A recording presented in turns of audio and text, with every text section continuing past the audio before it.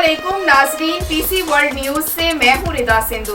वजीर आला पंजाब सरदार उस्मान बुज़दार ने जीसी यूनिवर्सिटी फैसलाबाद के आईटी सब कैंपस का इफ्तिताह कर दिया। हमारे नुमाइंदे खुसूसी पाकिस्तान गुलाम दस्तगीर की रिपोर्ट के मुताबिक समुद्री में जीसी यूनिवर्सिटी फैसलाबाद का आईटी सब कैंपस 1 अरब रुपए की लागत से मुकम्मल किया गया है। वजीर आला ने तख्तीकी निकाब कुशाई करके समुद्री आईटी सब कैंपस का इफ्तिताह किया। नौजवानों के लिए हायर एजुकेशन के मौके बढ़ाना चाहते हैं। सूबाई वजीर हाफिज मुमताज अहमद, अरकान असम्बली, कमिश्नर और आरपीओ फैसलाबाद समेत दीगर आला हुकाम भी इस मौके पर मौजूद थे।